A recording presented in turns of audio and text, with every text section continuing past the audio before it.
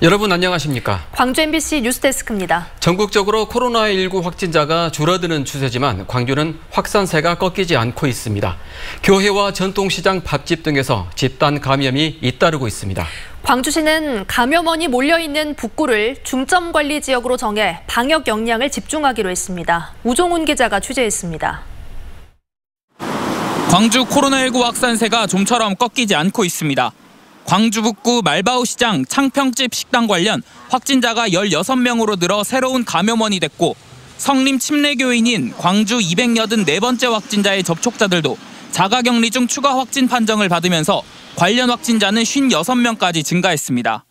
지난달 27일을 정점으로 지역 감염 수가 꾸준히 감소하고 있는 전국의 상황과 달리 광주는 같은 기간 오름과 내림을 반복하다 최근 닷새 동안엔 평균 8명씩 줄지 않고 되레 늘고 있습니다.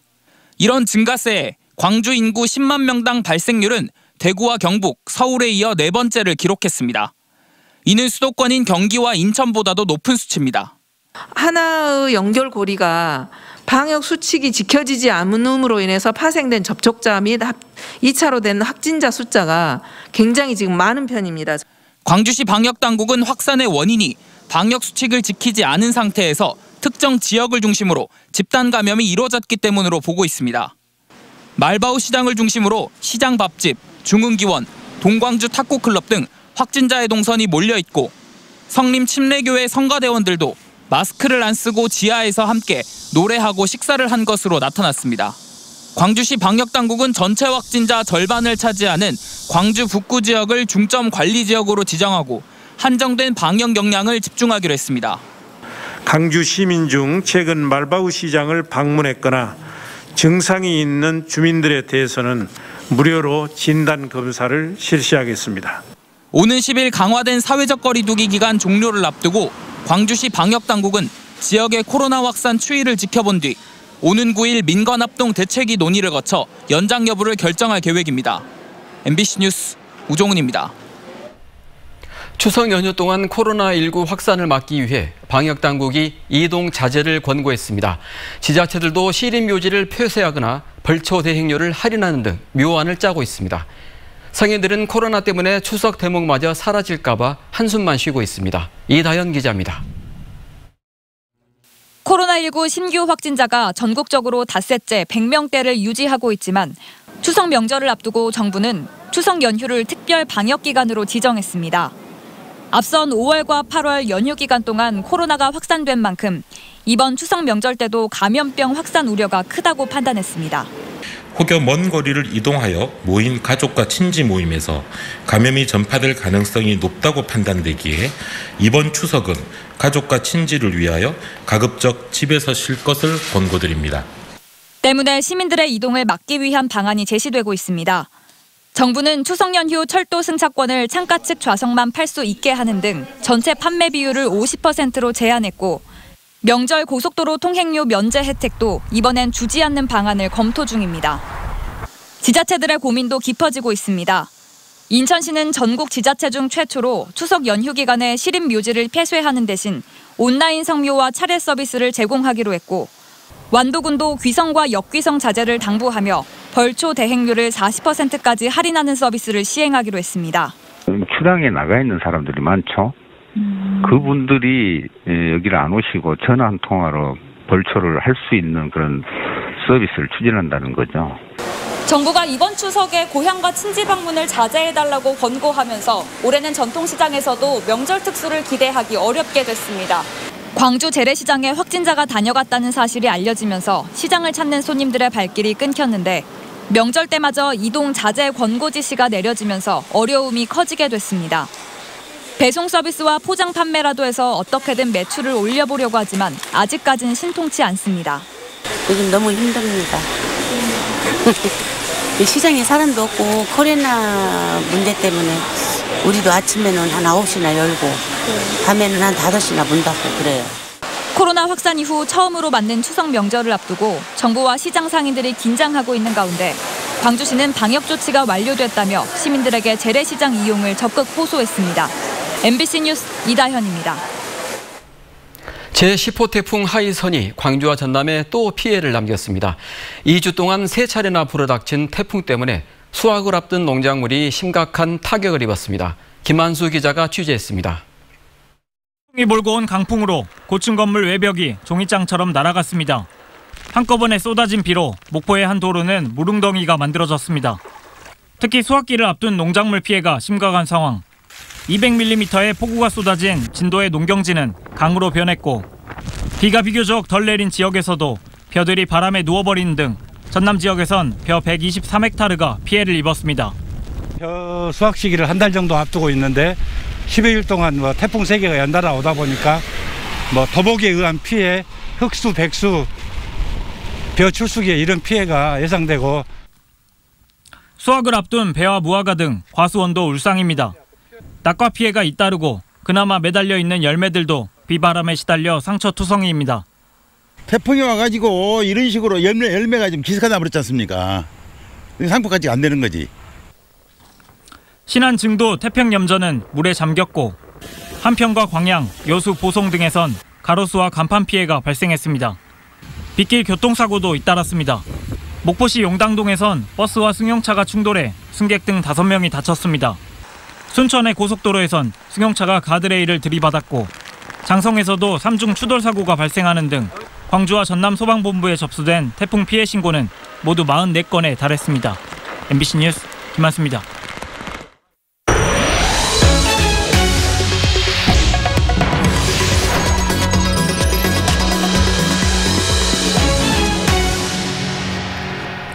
(5.18) 때 헬기 사격이 있었는지가 쟁점인 전두환의 재판에 당시 헬기 부대 소속이었던 군인들이 잇따라 증인으로 출석하고 있습니다.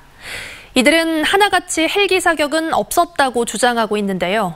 광주에 온 적도 없다고 발뺌한 당시 육군 항공여단장을 5.18 단체가 위증죄로 고발했습니다. 남공욱 기자가 취재했습니다. 5.18 단체가 송진원 전 육군 제1항공여단장을 위증죄로 검찰에 고발했습니다. 5.18 기간 광주에 온 기록이 있는데도 지난해 11월 법정에서 광주에 오지 않았다고 진술했기 때문입니다. 5월 단체는 송 전 여단장이 일부러 거짓을 이야기했다고 판단했습니다. 진실을 좀 이렇게 털어놨으면 좋겠는데 아직도 지금도 그렇게 다 감추고 더군다나 이제 그렇게 허위 증언을 하니 5.18 단체는 송 전 여단장이 위증했다고 판단한 근거로 1980년 육군 항공부대의 작전 수행을 기록해놓은 80년 항공병과사를 제시했습니다.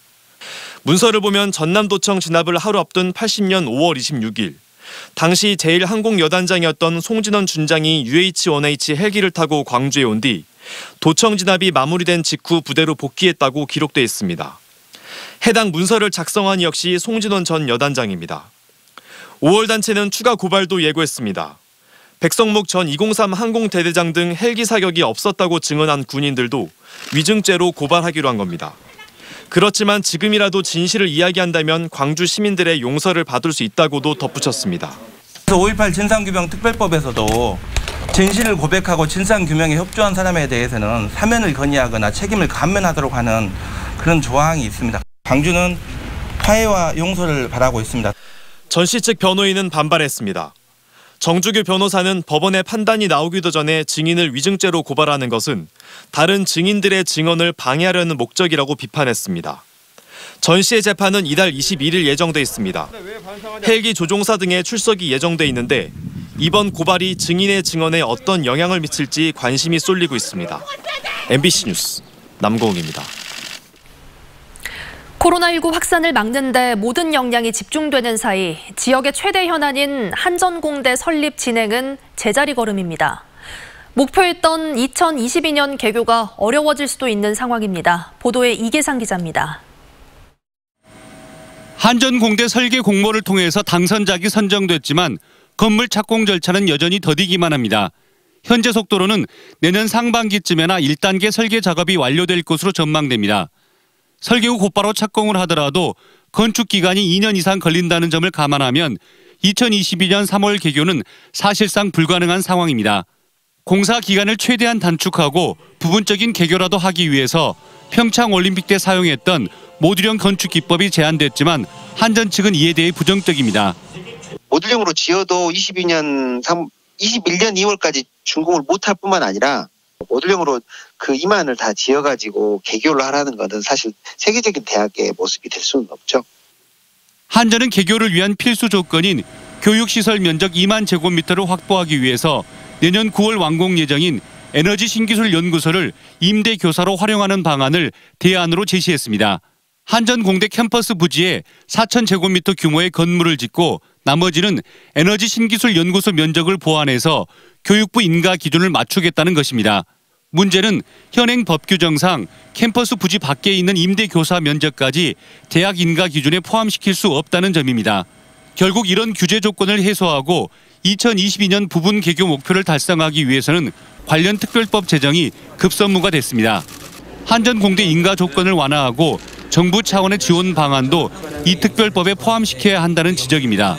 안정적이고 지속적인 그런 어떤 운영을 위해서 정부의 어떤 재정 지원 근거를 명문화하는 것이 굉장히 필요하다고 생각합니다. 한전 공대 특별법은 올해 정기 국회 때 발의될 예정인 가운데 당명을 바꾼 국민의힘 등 야당이 발목을 잡지 않아야 하루빨리 법 제정이 가능할 것으로 전망됩니다. MBC 뉴스 이계상입니다. 광주 민간공항을 조건 없이 무한으로 이전해서는 안 된다는 여론이 광주시의 공식 토론안 건으로 채택됐습니다. 광주시에 따르면 시민의 제안을 정책화하는 바로소통 광주에 민간공항을 군공항과 함께 이전해야 한다는 제안의 글이 올라왔고 사흘 만에 시민 50명의 공감을 얻어 공식 토론방에 상정됐습니다. 정책 제안자는 군공항 문제의 해법을 찾고 나서 민간공항 이전을 진행하는 것이 최선이라며 범시민기구를 구성해 대책을 마련하자고 주장했습니다. 이에 앞서 이정환 광주시 의원도 내년까지 민간공항을 이전하기로 한 계획을 전면 재검토해야 한다고 촉구했습니다. 전남도의 정부와 의사협회가 원점으로 되돌린 공공의료 정책이 장기간 표류할 우려가 커지고 있습니다. 민주당 이낙연 대표는 국회 교섭단체 연설에서 공공의료 체계 강화의 필요성을 언급하면서도 코로나 진정 이후에 협의체를 통해 재논의하겠다며 지난 4일 정부와 의협이 합의한 내용을 재확인했습니다. 전라남도는 공공의료 정책 원점 재논의가 전남 의대 신설에 부정적인 영향을 미칠 것을 우려하고 있습니다. 공직선거법 위반 혐의로 검찰 수사를 받는 도중 잠적한 황주홍 의원이 검찰에 붙잡혔습니다. 광주지검 순천지청은 오늘 오전 서울의 모처에서 황 전 의원을 검거했습니다.